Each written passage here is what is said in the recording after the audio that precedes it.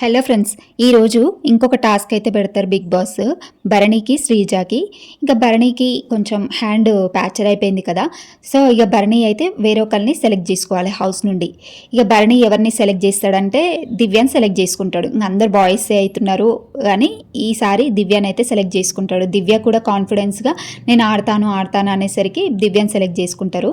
ఇక శ్రీజ అయితే ఎవరిని సెలెక్ట్ చేసుకోదు, ఇంకా ఆమె ఆడుతుంది. ఇదేంటంటే రేస్ ఆఫ్ మేల్స్ టాస్క్ అనమాట. ఇది ఏంటంటే ఇక్కడ క్యూబ్స్ కనిపిస్తున్నాయి కదా, ఎల్లో పింక్ కలరు. ఇవైతే గ్రిల్స్ నుంచి ఎవరైతే ముందుగా తీసుకెళ్ళి అక్కడ పెడతారో వాళ్ళైతే ఈ రేస్లో విన్ అవుతారనమాట. ఇక మనకి ఈ ప్రోమోలో చూసుకున్న ప్రకారం అయితే దివ్య ఈ టాస్క్లో విన్నర్ అని అప్డేట్ వచ్చింది. ఇక భరణి అయితే ఈ టాస్క్లో విన్ అయ్యారు. ఇంకా నెక్స్ట్ ఇంకో టాస్క్ పెడతారు వీళ్ళిద్దరికి. ఇంకో టాస్క్ ఏంటంటే ఇంకా ఈ వారం అంతా వీళ్ళకి టాస్క్లే పెడుతున్నట్టున్నారు. ఇక ఇంకో టాస్క్ ఏంటంటే డోర్ అండ్ లాక్ టాస్క్ పెడతారు. ఇక ఈ టాస్క్లో ఇంకా భరణి సైడ్ నుంచి వేరే ఒకరు ఆడుంటారు. ఇంకా నెక్స్ట్ శ్రీజ సైడ్ నుంచి అంటే వేరే వాళ్ళు ఆడారా వీళ్ళే ఆడారా అనేసి ఇంకా మనకు అప్డేట్ లేదు. ఇక ఈ టాస్క్లో అయితే విన్నర్ అయింది మాత్రం శ్రీజ అని తెలుస్తుంది. ఇంకా ఒక టాస్క్లో అయితే భరణి గారు విన్నర్ అయినరు, ఇంకో టాస్క్లో శ్రీజ విన్నింగ్ అయింది. ఇక ఒక్కొక్క టాస్క్ గెలిచిరు కాబట్టి మరి మళ్ళీ ఇంకేమైనా టాస్క్ పెడతారా బిగ్ బాస్, లేదంటే ఓటింగ్స్ని బట్టి వీళ్ళిద్దరిని ఇంట్లో ఉంచుతారా ఇంకా అనేది ఇంకా మనకు అప్డేట్ రాలేదు.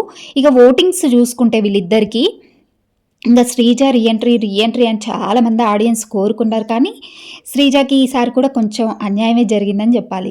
ఎందుకు అనంటే ఓటింగ్స్లో భరణి గారికి ఎక్కువ ఓటింగ్స్ ఉన్నాయి. 6000 ఓటింగ్స్ పడ్డాయి వన్ డేలోనే భరణి గారికి.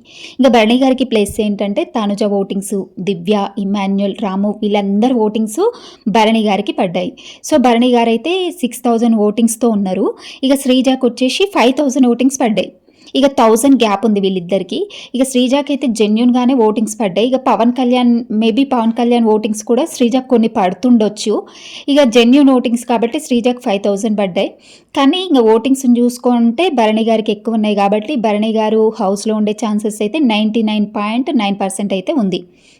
ఇంకా శ్రీజకు మళ్ళీ అన్యాయమే జరిగిందా అంటే శ్రీజకి ఏం అన్యాయం జరగలేదు. ఎందుకంటే ఇది ఆడియన్స్ చేతిలో పెట్టిరు శ్రీజకి, భరణికి. ఇప్పుడు శ్రీజని మళ్ళీ రీఎంట్రీ తీసుకొచ్చిరు కానీ ఆడియన్స్ చేతిలో పెట్టిరు. కానీ ఆడియన్స్ కూడా ఇంకా భరణి గారినే ఎక్కువ కోరుకున్నారు హౌస్లో ఉండడానికి.